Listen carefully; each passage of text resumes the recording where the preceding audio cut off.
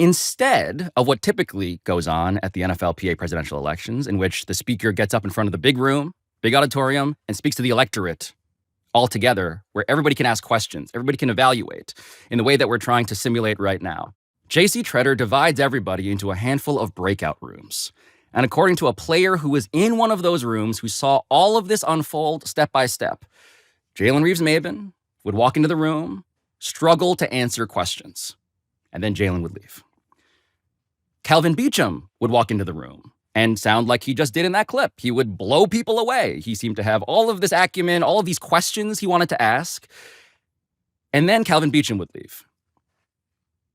And then something else happened. J.C. Tretter would walk into the room.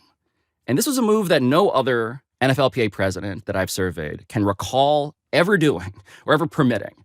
J.C. Tretter would walk into that same breakout room and start actively campaigning against Calvin Beachum.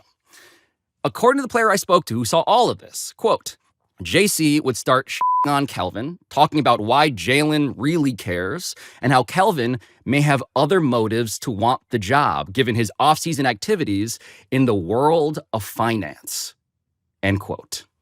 So he was going to serve as a paid consultant to the Carlyle Group? Is that what you're saying, in the offseason? I mean, that seems to be exactly what they were trying to cultivate.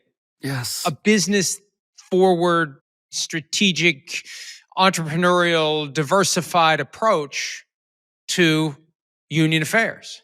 But seemingly in this case, Calvin Beachum was asking the wrong or too many or inappropriate questions. Or any.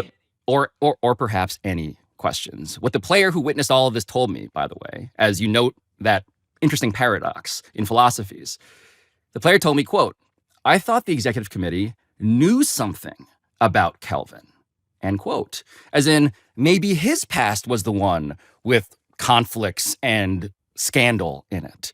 And so I was led to then be curious, like, so what questions was Calvin Beachum asking?